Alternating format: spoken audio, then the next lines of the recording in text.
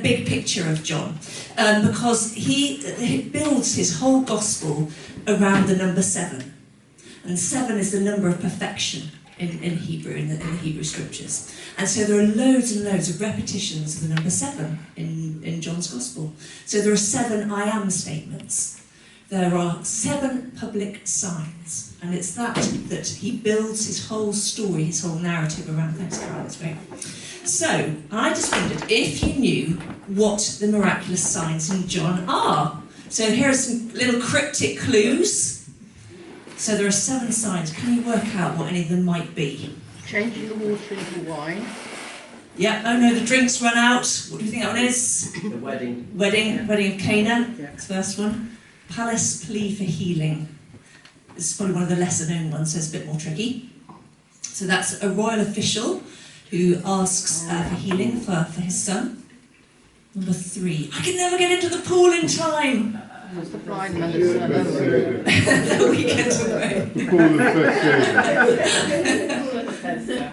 Pool at Bethesda, yes, so that's the man who's paralysed, and when there's a kind of a superstition that when the water stirs and the first person who's able to get in is healed, but he can never get in.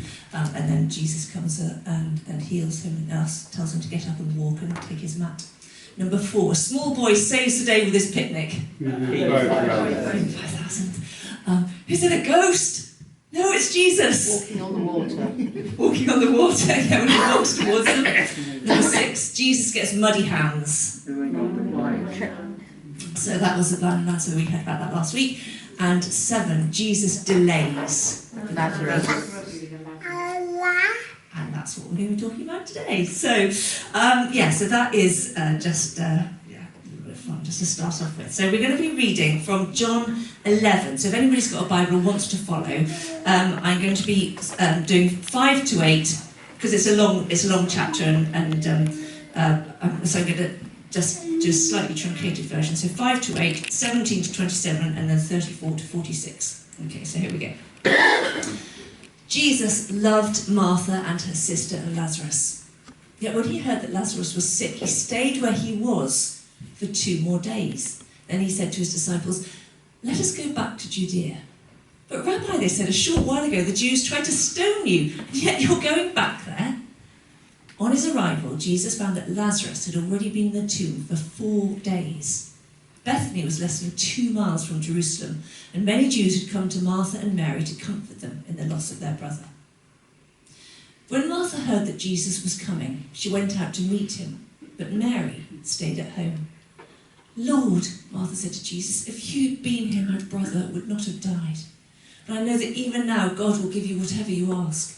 And Jesus said to her, "Your brother will rise again." And Martha answered, "I know he will rise again in the resurrection at the last day." Jesus said to her, "I am the resurrection and the life. He who believes in me will live, even though he dies. And whoever lives and believes in me will never die. Do you believe this?"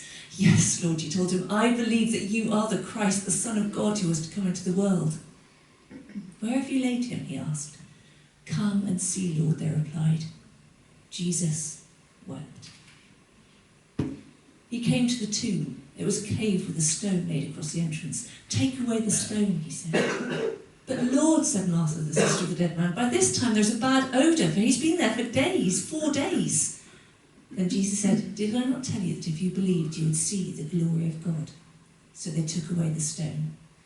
Then Jesus looked up and said, "Father, I thank you that you have heard me.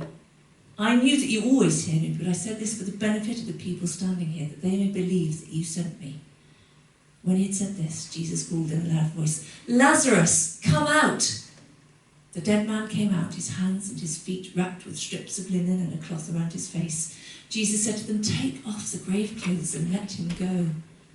Therefore, many of the Jews who'd come to visit Mary and had seen what Jesus did put their faith in him. But some of them went to the Pharisees and told them what Jesus had done.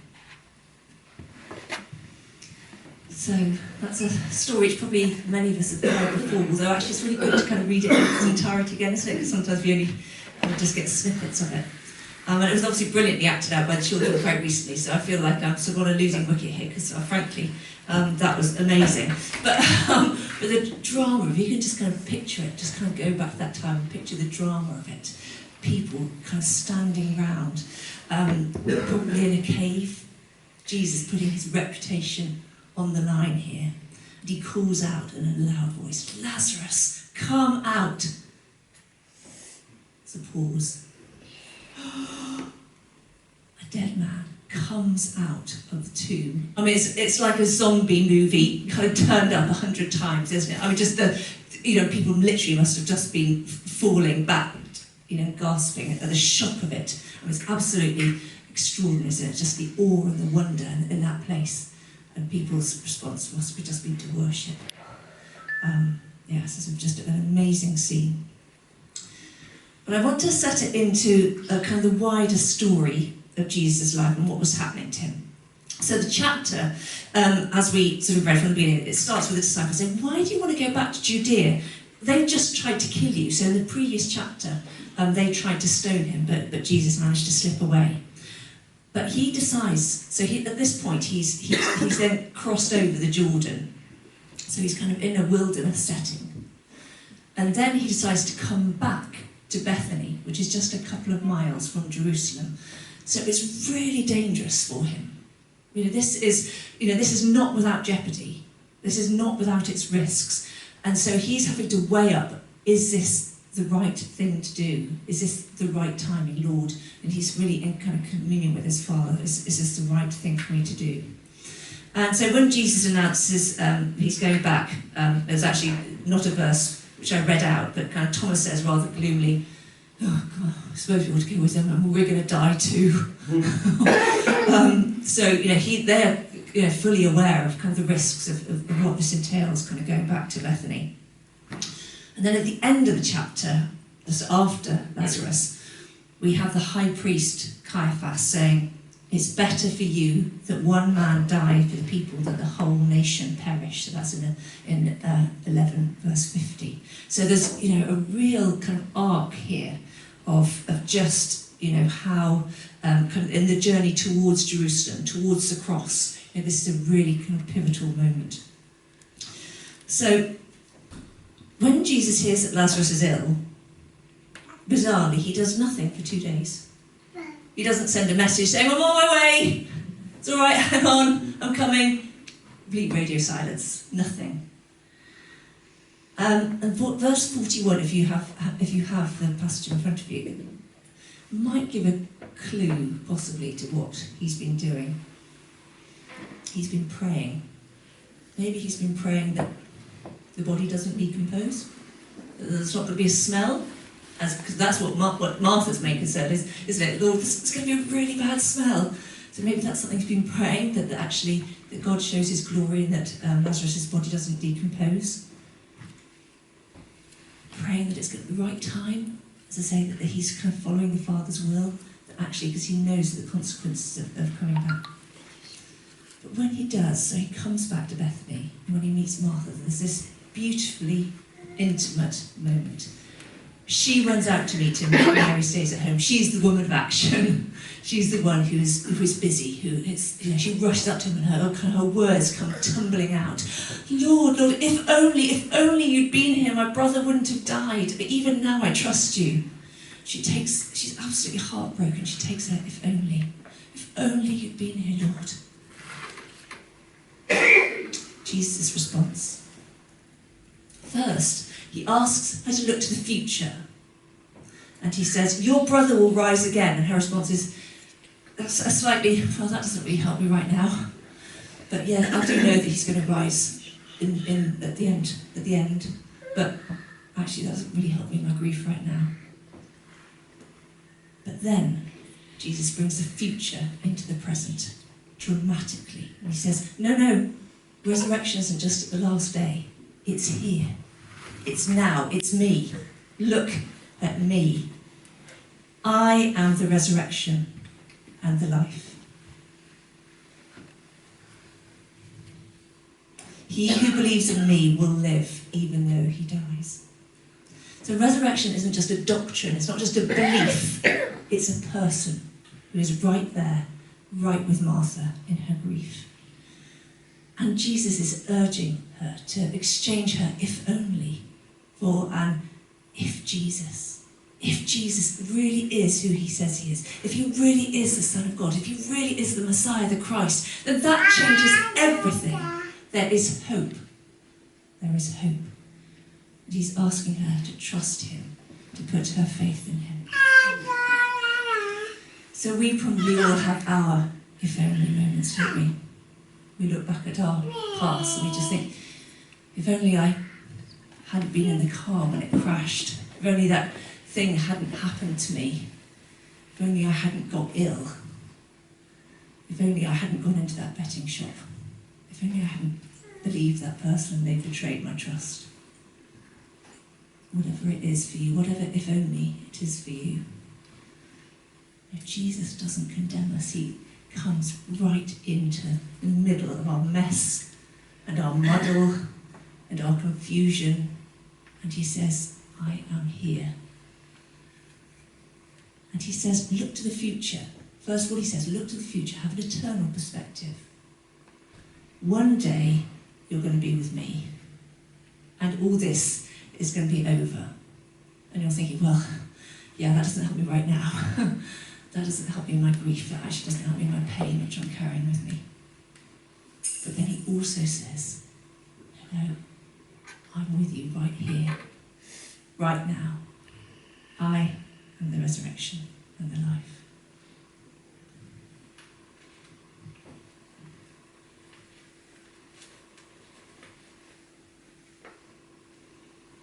And like Lazarus, Jesus calls us by name.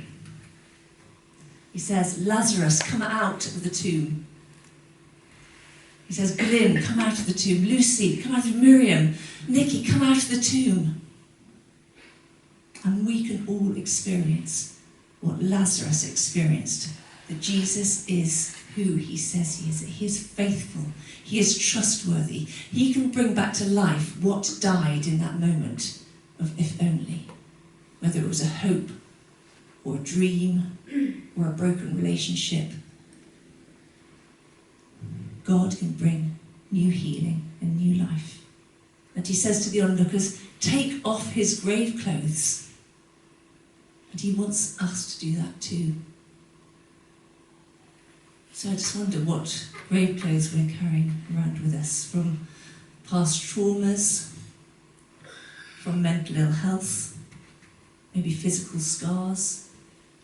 We all have grave clothes actually, which we've got used to wearing, which have kind of almost become part of us. But God doesn't want us, that's not how he sees us, that's not, in his view of us, he says, there's no grave clothes, I dress you in robes of white. You are glorious in my sight. And he calls us to take off our grave clothes.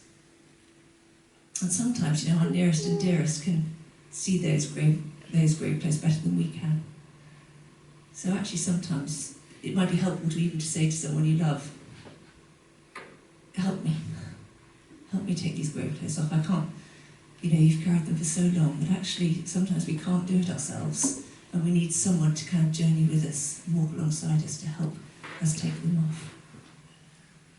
And Martha declares her faith and her trust in Jesus. Yes, Lord, I believe that you are the Christ, the Son of God, who is to come into the world. And her trust in him is justified, as her brother is raised from the dead. Now, this was just, we don't know exactly what the period of time is between this incident, Lazarus dying, and Jesus' resurrection, but it wasn't that long.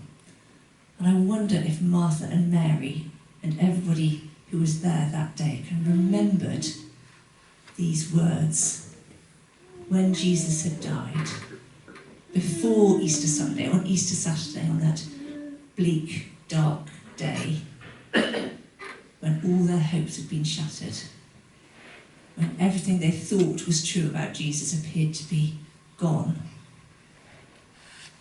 Did some of those memories come back? What did he mean when he said, I am the resurrection and the life? And can these words be of hope to us when we're in that dark place, when we're still in that winter season? Can they be of hope to us when our worlds shatter, when a sudden storm hits, whether it's through bereavement or a debt which seems insurmountable or ill health?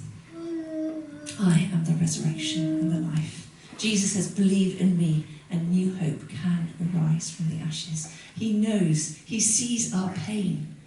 He went to the tomb and he wept with Mary and Martha, even though he knew what he was going to do and what God could do. He still shared their pain in that moment. He knew rejection, he knew abandonment, he knew physical pain. And it was the raising of Lazarus which was the final catalyst for the Jewish authorities to say, right, that's it. This man is just beyond the pale. We are going to arrest him. We need to deal with him once and for all. And it was the raising of Lazarus which led to his arrest and his death. Jesus isn't a remote God. He is with us in our pain. Like the man who was born blind last week, Jesus knows to get his hands dirty and to get down in the dirt with us and to raise us up. He knows our frailty and our brokenness, and he doesn't turn away. He weeps with us. He went through death on a cross for us. He overcame sin and death, and he removed the barriers between us and God so that we could be with him. So it's not only the possibility of resurrection in our present lives, but in the future as well, because one day he will go and be with him. What a journey to Easter that is. Jesus wanted the raising of Lazarus to be to the glory of God. Twice in this passage, in verses 4 and again in 40, it's for God's glory, John says, so that God's Son may be glorified through it. And that is like an apt description of Jesus' death and resurrection as well, isn't it? It's for God's glory, so that his Son Jesus can be glorified through it. And the sisters didn't understand God's timing. And we may not understand God's timing in our lives as well. We may still be in that place of if only. But because of Lazarus, we can take reassurance from Jesus' declaration, I am the resurrection and the life. Not only will we be with Jesus when we die, but he can bring resurrection into our very midst. It's not something which is out there, it's here right now in a person. And that future reality of Jesus, of us being raised with Jesus, can break into the present. I love it. I love it. My only response is to cry out, hallelujah, hallelujah.